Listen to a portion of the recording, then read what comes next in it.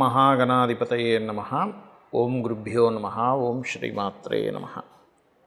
అరుణాం కరుణాతరంగితాక్షీం ధృతపాశాంకుశపుష్పబాణచాపాం అనిమాదిభిరావృతాం మయూకైః అహమిత్యేవ విభావయే భవానీం. శ్రీమాత్రే నమః. ప్రేక్షకులకి ఆ లలితాంబిక అమ్మవారి యొక్క అనుగ్రహం పరిపూర్ణంగా కలగాలని మనస్ఫూర్తి కోరుకుంటూ మనం ఈరోజు 6వ తేదీ జూలై నుంచి 12వ తేదీ వరకు ఉన్నటువంటి గ్రహస్థితి ఏ విధంగా ఉంది చూసుకున్నట్లయితే, ఈ వార ఫలితాల్లో చంద్రుడు తులారాశి నుంచి మకర రాశి వరకు సంచరిస్తాడు. కుంభంలో రాహువు, మీనంలో శని, అదేవిధంగా వృషభ రాశిలో శుక్రుడు, మిథునంలో గురువు, రవి ఉంటూ గురువు కొంత అస్తంగత్వ దోషంలో ఉన్నాడు. మరియు అదేవిధంగా మనకి బుధగ్రహం కర్కాటకంలోని సింహంలో కుజుడు, కేతువు కలిసి ఉన్నారు.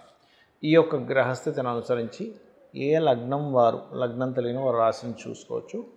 ఎటువంటి విషయాల్లో మీకు కలిసి వస్తుంది, అలాగే మీరు ఎటువంటి విషయాల పట్ల జాగ్రత్తగా ఉండాలి అనేటువంటి అంశాలు చెప్తుంది నేనైనప్పటికీ కూడా చెప్పిస్తున్నటువంటిది సాక్షాత్ లలిత అమ్మవారిగా భావిస్తూ ఒక్కొక్క విషయం గురించి మనం తెలుసుకుందాం. కర్కాటక లగ్నము, కర్కాటక రాశి. కర్కాటకం వారికి కనుక చూసుకున్నట్లయితే మొట్టమొదటిగా 6వ తేదీ మీరు ఏదైనా ప్రాపర్టీ తీసుకోవడానికి కానీ, ఏదైనా కొత్త కోర్స్ చేయడానికి కానీ ఎక్కువ ఆలోచన కలిగి ఉంటారు. 7, 8 తేదీలు నిర్ణయాలు తీసుకునేటువంటి అంశాల్లో కాస్త జాగ్రత్తగా ఉండండి.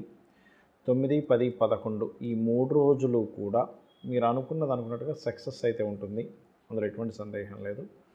అలాగే అదేవిధంగా 12వ తేదీ మాత్రం ఎవరికైనా ధనం ఇచ్చే విషయంలో, బికాజ్ ఆఫ్ మీ పర్సనల్ చార్ట్లో ధనస్థానంలో కుజుడు, కేతువు కలిసి ఉన్నారు. ఎప్పుడైతే కుజుడు, కేతువు ఇద్దరు కలిసి ధనస్థానంలో ఉన్నారో ఇది కాస్త ధన సంబంధించిన విషయంలో స్ట్రక్కింగ్ యోగా అంటారు. కాబట్టి మీరు ఎవరికైనా ధనం ఇచ్చేటప్పుడు కానీ, తీసుకునేటప్పుడు కానీ, ఎనీ మనీ మ్యాటర్స్ డీల్ చేసేటప్పుడు ఒక్కసారి మనసులో మీరు సుబ్రహ్మణ్యేశ్వర స్వామిని, గణపతిని తలుచుకోండి. కాకపోతే లగ్నంలో ఎప్పుడైతే బుధుడు ఉన్నాడో కొంచెం ఏదో తెలియని ఒక కన్ఫ్యూజన్, ఏదో తెలియని ఒక ఫియర్ వస్తూ ఉంటుంది. బట్ డోంట్ వరీ, ఎప్పుడైనా శుభగ్రహం లగ్నంలో ఉన్నప్పటికీ ముందు వెనక పాపగ్రహాలు ఉన్నప్పుడు మళ్ళీ ధైర్యం కూడా ఇస్తుంది, దానికి ఏం ప్రాబ్లం లేదు. ఇక అదేవిధంగా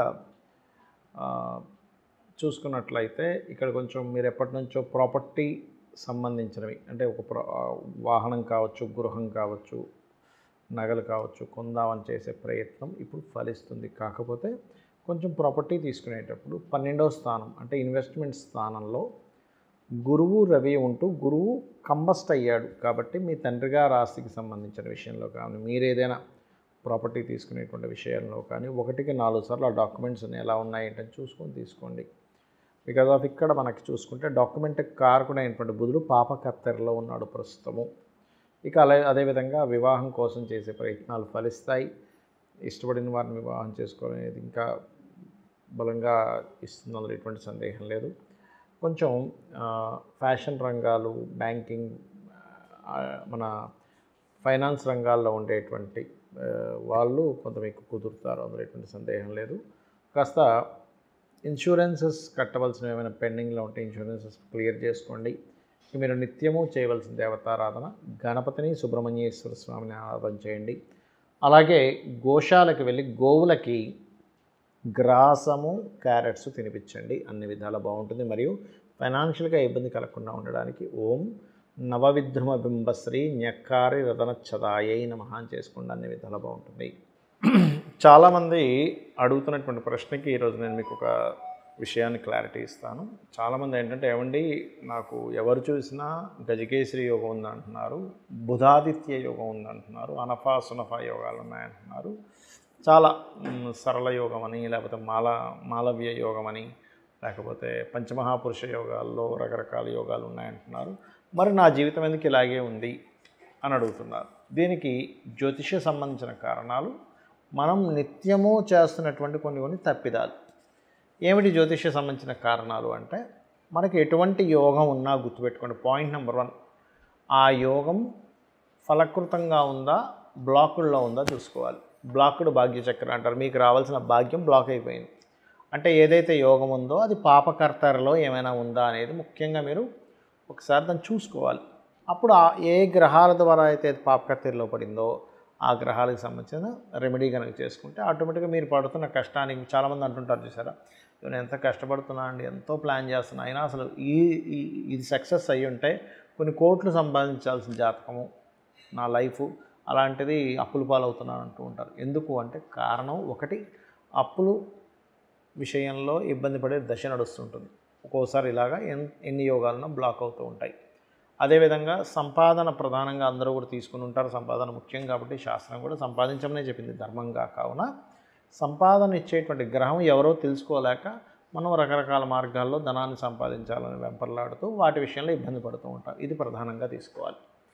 ఇక మరొక విషయం ఏంటంటే, ఇక్కడ చాలామంది వాళ్ళ డైలీ లైఫ్ స్టైల్లో కొన్ని మార్పులు చేసుకోనంతసేపు మీకు ఎన్ని యోగాలున్నా, ఎన్ని పరిహారాలు చేస్తున్నా మీకు ఎట్టి పరిస్థితుల్లో ఎక్కడా కూడా మీకు ఫలితం రాదు. ఏమిటా మార్పులు చెప్తాను చూడండి.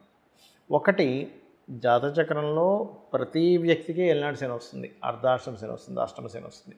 లేదా నేను చాలా వీడియోలో చెప్పాను, ఏమంటే కాలసర్ప దోషం జన్మజాతకానికి పని చెయ్యదు, మన పర్సనల్ చార్ట్ కనెక్టివిటీ ఉండదు, దేశకాల పరిస్థితులు బట్టని. చాలామందికి 50% పైనే జాతకులకి ఆ దోషం ఉంటుంది, ఆ యోగం అంటారు దాన్ని ఒరిజినల్గా చెప్పాలి. అది చూసేసుకొని నాకు ఇంకేమీ పనికిరాదేమో, నేను ఎందుకు పనికిరానేమో అని అనుకుంటూ ఉంటారు. ఎందుకంటే మీరు ఒక రోగిని కూడా మీరు గమనిస్తే కొన్ని దేశాల్లో ఇటువంటి పరీక్షలు నిర్వహించారు. కొంతమంది 40 మంది ఉంటే 20 మందికి ఆపరేషన్ చేశారు, కానీ మీ ఆపరేషన్ సరిగా లేదు అని చెప్పారు. ఇంకొక 20 మందికి ఎటువంటి ఆపరేషన్ చేయకుండా అద్భుతంగా సక్సెస్ అయిందని చెప్పారు. ఎవరికైతే అద్భుతంగా సక్సెస్ అయిందని చెప్పారో వాళ్ళు ఫీలింగ్ వల్ల వీళ్ళకి బాగా నయమైపోయింది ఆపరేషన్ చేయకుండానే. వీళ్ళకి ఆపరేషన్ చేసినప్పటికీ కూడా మరలా ఇది పునరావృతమైంది. అంటే అర్థం ఏమిటి, మనం లోపల ఏం ఫీల్ అవుతున్నాము. చాలామంది చేస్తున్నటువంటి బ్లండర్ మిస్టేక్ ఒకటి చెప్తాను. ఏమిటో అండి, నా శని బాగాలేదు, ఆ శనిగాడు ఏంటో తినేస్తున్నాడు, ఇలాగా దూషణలు చేస్తుంటాము. శని భగవానుడు అంటే ఏమిటి, ప్లానెట్స్ అన్నీ దేవతా స్వరూపాలు, మనం ఎట్టి పరిస్థితుల్లో వాళ్ళని దూషించకూడదు ఒకటి. రెండవది, పోస్ట్పోన్ చేస్తూ ఉంటాం మనం పనులు, మనకు తెలియకుండానే శాటర్న్ని ఆహ్వానిస్తున్నాం పోస్ట్పోన్ చేయడం వల్ల. ఇక మూడో విషయం ఏమిటంటే, ఇక్కడ కాలసర్పయోగం ఉంది, సర్పదోషం వల్ల నేను ఇరుక్కుపోయానని చెప్తూ ఉంటారు. చాలామందికి చెప్పింది ఏంటంటే 180 మంది ప్రెసిడెంట్లకు ఉంది ఈ యోగము, మరి వాళ్ళు ప్రెసిడెంట్లు ఎలా అయ్యారని ఒకసారి ఆలోచిస్తూ, ప్రధానంగా ఇక్కడ నిత్యము దేవతారాధన చేయండి. మీ పూర్వజన్మ కర్మ తొలగడానికి ఇది ఒక్కటే మార్గం. నిత్యం దేవతారాధన, లలితా సహస్రనామాలు, ఏదైనా ఆలయానికి వెళ్ళి సేవ చేయడము, లేదా రోజు సూర్య నమస్కారాలు, ఇవి ప్రధానంగా పాటించండి. మీకు ఎక్కువ ఇబ్బంది ఉంది అనుకున్నప్పుడు ఇంట్లో దేవతారాధనతో పాటు 1-2 నిమిషాలైనా మీకు దగ్గరలో ఉండే ఆలయానికి వెళ్ళొస్తూ ఉండండి. మీరే ఒక 40 రోజుల్లో మీ లైఫ్ స్టైల్లో, మీ ఆలోచన విధానంలో, మీ కాన్ఫిడెన్స్ లెవెల్స్లో మీకున్నటువంటి పరిస్థితుల్లో మార్పుల్ని ఖచ్చితంగా చూస్తారు. అందులో ఎటువంటి సందేహం లేదు, గుర్తుపెట్టుకోండి. అలాగే మనకి లగ్నం నుంచి 12 భావాల్లో అందరికీ, భూమి మీద పుట్టిన ప్రతి ఒక్కరికి ఏదో ఒకటి వీక్గా ఉంటుంది. అది లగ్నం కావచ్చు, ధనస్థానం అంటే ధనం వచ్చేటువంటి ధనస్థానం కావచ్చు, తోబుట్టువులతో ఉండేటువంటి రిలేషన్ విషయంలో కావచ్చు, గృహము వాహనం పొందలేకపోతున్నాం అనే 4th హౌస్ కావచ్చు, సంతానం కోసం ఇబ్బంది పడుతున్న 5వ స్థానం కావచ్చు, రుణరోగ శత్రువులతో ఏర్పడుతున్నటువంటి 6వ స్థానం కావచ్చు, ఇలాగా వివాహము, ఇన్వెస్ట్మెంట్స్, ఏ స్థానం ఏదో ఒకటి వాళ్ళకి వీక్గా ఉంటుంది. సింపుల్గా ఆ వీక్గా ఉండే స్థానం ఏంటో తెలుసుకుని దానికి సంబంధించిన దానం ఇవ్వడము, దాన్ని ఎలా స్ట్రాంగ్ చేసుకోవాలో తెలుసుకుంటే సరిపోతుంది. అయితే వీటన్నిటికంటే ముఖ్యంగా మీరు నిత్య దీపారాధన, నిత్య దేవతారాధన చేస్తూ సూర్య నమస్కారాలు కనుక చేస్తున్నట్లయితే, ఏ జీవైనా సరే ఈ భూమి మీద జన్మించి అనుభవించేది రుణాలు, రోగాలు, శత్రువులు. జంతువులకైతే శత్రుత్వం ఉంటుంది, రోగాలు ఉంటాయి, శత్రుత్వాలు ఉంటాయి, కానీ రుణాలు ఉండవు. అంటే ఇక్కడ రుణం అంటే ఏంటంటే, మనం అంతసేపు ఒకరి దగ్గర ధనం తీసుకున్న రుణమే అనుకుంటాం, కాదు. మనం ఒకరికి రుణపడి ఉంటాము, అందుకే వాళ్ళకి అన్నం తినిపిస్తాము, లేకపోతే వాళ్ళకి బట్టలు కొంటాము, లేకపోతే వాళ్ళకి ఏదో మనం పని చేసి పెడతాము, వాళ్ళ దగ్గర కొంత సర్వీసెస్ ఇవ్వాల్సి వస్తూ ఉంటుంది, వాళ్ళ దగ్గర డబ్బులు తీసుకుంటాము, ఇలా రకరకాలుగా ఉంటాయి. మీకు 6వ స్థానంలో ఏ గ్రహాలు అయితే ఉన్నాయో ఆ గ్రహాల కంటే లగ్నం నుంచి 6వ స్థానం, చంద్రుడి నుంచి కదా, ఆ గ్రహాలకు సంబంధించిన దానం ఇవ్వండి.